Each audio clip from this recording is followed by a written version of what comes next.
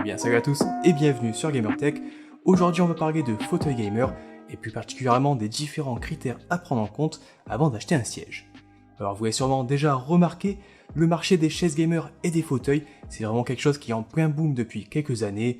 On a vraiment des dizaines de modèles et des dizaines de marques qui se partagent le secteur, un secteur qui est d'ailleurs particulièrement juteux, et au final c'est souvent difficile de s'y retrouver parmi les centaines de références disponibles. Alors effectivement, entre les modèles no-name affichés sous la barre des 100€ qu'on retrouve en masse sur Amazon, les chaises de marque qui dépassent les 250€, ou encore les modèles plus premium qui peuvent atteindre les 500€, beaucoup de joueurs ont du mal à s'y retrouver, et j'espère qu'avec cette vidéo, ça vous aidera un peu à y voir un peu plus clair. On va voir ensemble que certains critères peuvent rapidement faire grimper la facture d'un siège gaming, et qu'il est donc important de bien les connaître avant de passer à la caisse. Il faudra aussi garder à l'esprit que beaucoup de constructeurs tentent un peu de surfer sur cette vague des fauteuils racing, et en misant souvent plus sur le look que la qualité de construction ou du confort. On se retrouve alors souvent à payer au prix fort des modèles qui sont finalement très basiques et qui ne tiennent pas vraiment dans le temps. Alors de mon côté, j'ai déjà présenté une dizaine de modèles en détail sur la chaîne, et je vous rajoute évidemment tous les liens en description, mais je suis aussi un peu régulièrement les différentes annonces et les essais des modèles que j'ai pas encore eu l'occasion de présenter, afin vraiment d'avoir un aperçu global du secteur, et encore une fois vous accompagner au mieux dans vos recherches. L'autre question qu'il faudra avoir, c'est ce qui est parfois pas plus intelligent et moins cher de se diriger directement vers des fauteuils de bureau un peu plus classiques qu'on va pouvoir retrouver par exemple chez Ikea. Alors on n'aura pas forcément cet aspect gaming que certains joueurs recherchent, mais dans certains cas, on peut trouver des modèles plus confortables avec un meilleur maintien pour le dos et surtout bien moins cher. Enfin, avant de débuter avec ces différents critères à prendre en compte, si ce type de vidéo vous plaît, n'hésitez pas un peu à me le dire dans les commentaires, j'essaierai de vous en faire d'autres avec d'autres catégories de produits, et bien sûr n'oubliez pas le petit pouce bleu avant de partir. On débute donc avec ces différents critères, et pour moi vraiment le premier critère à prendre en compte, c'est tout simplement l'ergonomie.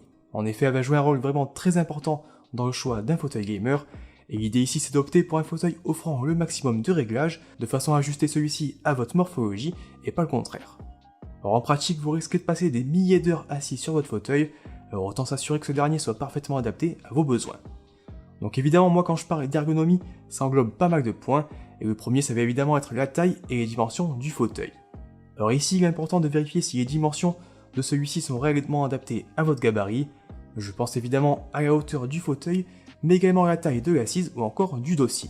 De nombreux constructeurs proposent différentes gammes afin de couvrir un peu les différents besoins des joueurs.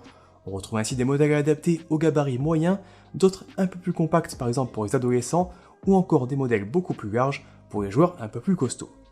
Donc en règle générale, lorsque plusieurs tailles de fauteuils sont disponibles, toutes les dimensions sont directement précisées sur le site du constructeur. Pensez donc à vérifier tout ça directement de votre côté. Ces dimensions s'accompagnent aussi souvent de recommandations directement faites par le constructeur en fonction de votre taille et évidemment de votre poids. Alors toujours concernant l'ergonomie, on aura ensuite les différents ajustements qui peuvent être proposés sur les fauteuils gamers. En effet, à la différence d'une chaise un peu plus traditionnelle, la plupart des modèles gaming permettent en effet d'adapter l'assise en fonction des préférences de chacun, mais également de différentes situations. On pourra ainsi opter pour une assise plus droite lorsqu'on souhaite se concentrer pendant un match décisif sur CSGO ou Valorant, ou plutôt s'orienter vers une position plus décontractée en inclinant le fauteuil pour se détendre devant une série sur Netflix ou sur Twitch par exemple. Alors l'ajustement qu'on retrouve sur 99 des fauteuils, c'est évidemment le réglage de la hauteur. Alors ici évidemment, ça va un peu dépendre de votre taille, et il faut donc s'assurer de pouvoir garder les pieds au sol dans la position la plus basse du fauteuil. Encore une fois, je vous conseille de vérifier les dimensions sur la fiche technique des différents fauteuils, puis de mesurer un peu par rapport à une chaise que vous disposez déjà à la maison par exemple. Le second réglage que l'on retrouve le plus souvent, ça va être l'inclinaison du dossier. Alors ici sur la plupart des modèles, on va retrouver un peu une petite manette qui va permettre de verrouiller la position du dossier, généralement comprise entre 80 et 180 degrés. Alors ici, vérifiez si plusieurs crans sont disponibles et non pas seulement un cran pour la position verticale ou horizontale. Aussi notez que les modèles qui peuvent s'incliner jusqu'à 180 degrés ne sont pas toujours les plus confortables et peuvent même avoir tendance à basculer vers l'arrière. De mon côté, je recommande plutôt des modèles qui s'inclinent par exemple jusqu'à 160 degrés, c'est largement suffisant pour profiter d'une position bien détendue. Les modèles les plus avancés proposent également un système permettant de gérer l'inclinaison de l'assise. Alors dans cette configuration, on gagne clairement en confort avec une chaise qui va basculer de façon bien plus naturelle.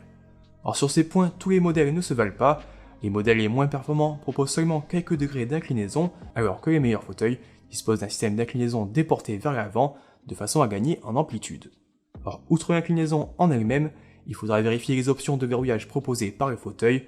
Certains modèles ne permettent pas de fixer l'inclinaison de l'assise, alors que d'autres disposent de plusieurs crans, de façon à conserver son réglage favori.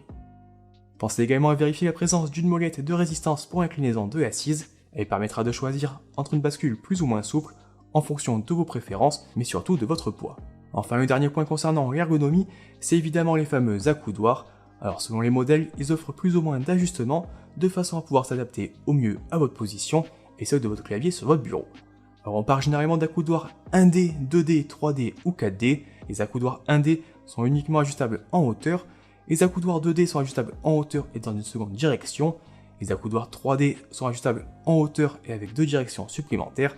Et enfin les accoudoirs 4D peuvent être ajustés dans toutes les directions, c'est-à-dire en hauteur, en profondeur, latéralement, mais également pivotés sur quelques degrés. Je passe maintenant sur le deuxième critère à prendre en compte avant d'acheter un siège gamer, et pour moi ça va être la solidité et la qualité de construction.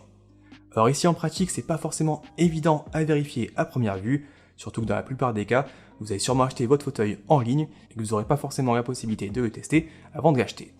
Il y a quand même quelques pistes à vérifier, tout d'abord du côté des matériaux utilisés, et ça va pas mal changer en fonction des différentes gammes, notamment en entrée de gamme et sur les sièges les plus premium. Tout d'abord, on peut jeter un petit coup d'œil aux fiches constructeurs qui vont par exemple détailler comment est réalisée la structure de la chaise, avec par exemple une vue découpée où on pourra voir un peu l'intérieur du fauteuil. Après, on peut aussi s'attarder un peu plus sur les détails des différentes pièces, avec par exemple les pieds et les roulettes. Alors pour la plupart des fauteuils gamers, on va retrouver un pied en étoile à 5 branches, mais ici on va pouvoir retrouver des modèles avec des pieds en plastique, comme par exemple sur le Nitro Concept S300 que je vous ai présenté il n'y a pas longtemps, et d'autres modèles avec des pieds en métal, qui seront évidemment plus solides, comme par exemple sur les chaises de Noble Chairs ou encore Secret Lab. Du côté des roulettes, là aussi on peut avoir pas mal de différences selon les modèles. Alors généralement en entrée de gamme ou en milieu de gamme, on va retrouver des roulettes avec un diamètre un peu plus petit et sans forcément de revêtement en nylon afin de protéger votre sol.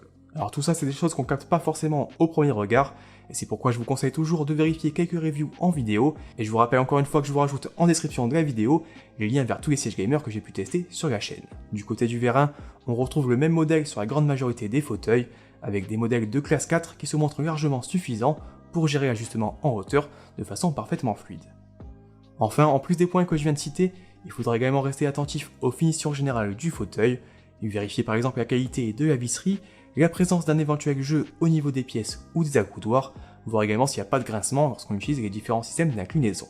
Le troisième critère principal à vérifier avant l'achat d'un fauteuil gamer, ça va être son revêtement. Alors ici on va retrouver généralement 3 grandes catégories avec des revêtements en simili-cuir ou cuir PU, les revêtements en tissu, et enfin les revêtements en véritable cuir. Alors le cuir PU c'est l'un des revêtements les plus présents sur le secteur des chaises gaming, il s'agit ici d'un cuir synthétique qui va être conçu à base d'une croûte de cuir et d'une couche de plastique pensée pour imiter au mieux le rendu de la matière originale. Alors évidemment c'est moins cher à produire que du véritable cuir, mais il y a aussi l'avantage d'être proposé dans de nombreux coloris, de façon un peu à pouvoir adapter le fauteuil en fonction de votre setup. Alors ici attention, tous les cuirs PU ne sont pas de même qualité, et clairement entre des revêtements d'un modèle no-name à 100€ et ceux de fauteuils provenant de chez Noble Chairs, Secret Lab ou encore Kersus, on verra clairement la différence. Certains modèles peuvent être proposés avec un revêtement en tissu, et là encore la qualité va pouvoir varier d'une marque à l'autre, et on vous conseille de tester par vous-même, ou au moins de vérifier quelques avis en vidéo, pour vous faire un peu une meilleure idée du rendu. Alors, parmi les marques proposant des fauteuils gamer en tissu, on pense notamment à Kersus, Nitro Concept ou encore Secret Lab. D'ailleurs chez Secret Lab j'avais testé le modèle Omega, qui dispose d'un tissu qu'ils appellent Softwave, et vraiment je trouve que c'est la matière la plus agréable que j'ai pu utiliser jusqu'à maintenant.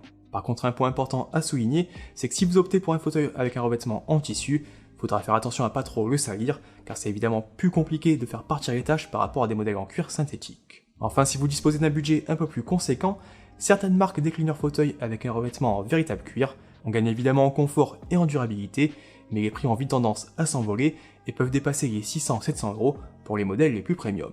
On arrive maintenant sur le quatrième critère de sélection, et on va ici parler des coussins.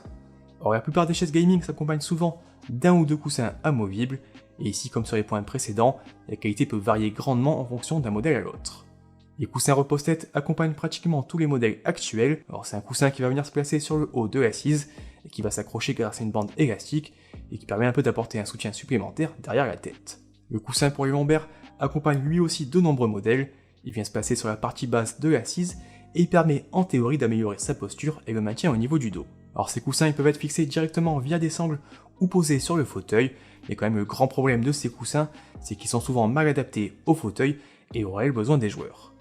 Les coussins à tête manquent de souplesse et sont difficiles à parfaitement ajuster, alors que les modèles pensés pour les lombaires sont bien souvent trop larges et peu confortables. Et au final, la plupart des joueurs ne les utilisent pas. Alors ici, certaines marques sortent un peu quand même leur épingle du jeu, en proposant notamment des kits avec des coussins à mémoire de forme.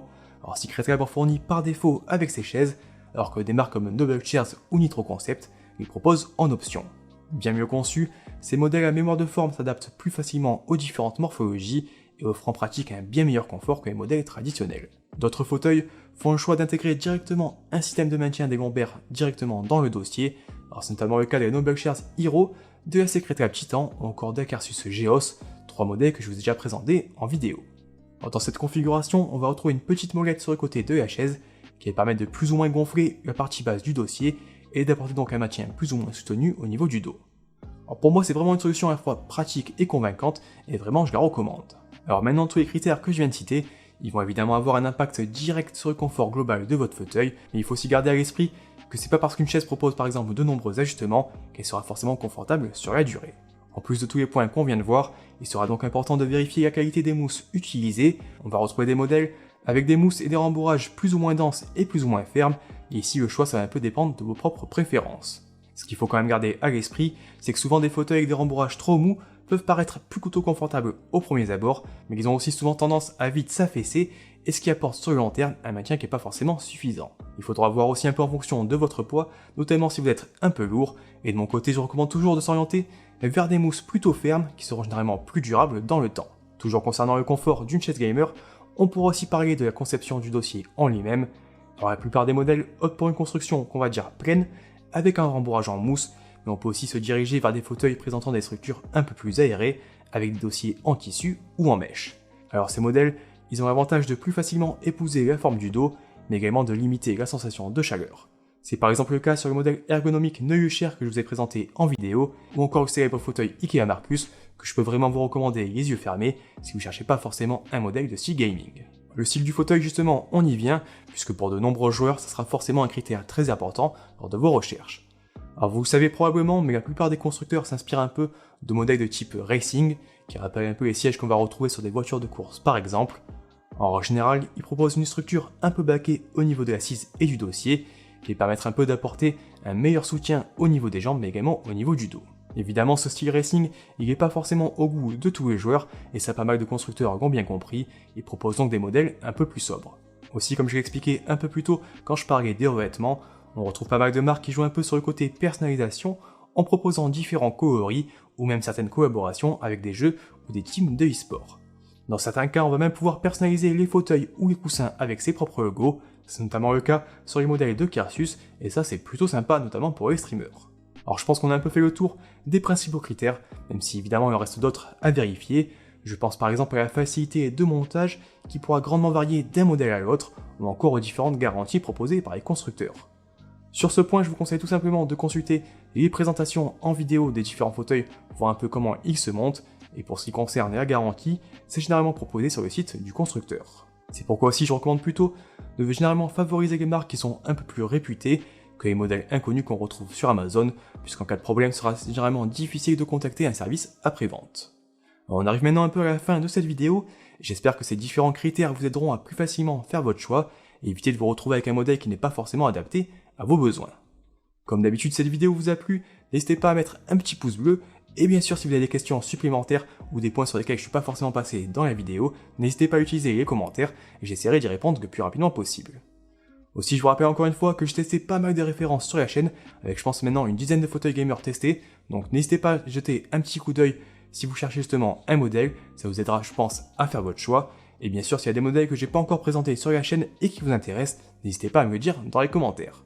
De mon côté, je vous remercie d'avoir regardé cette vidéo, je sais que c'était un peu long, mais je pense qu'il y a quand même pas mal de choses à dire sur ces fauteuils gamers, si on veut pas se faire arnaquer, donc n'hésitez pas un peu encore une fois à me dire ce que vous en pensez, et moi je vous dis à la prochaine.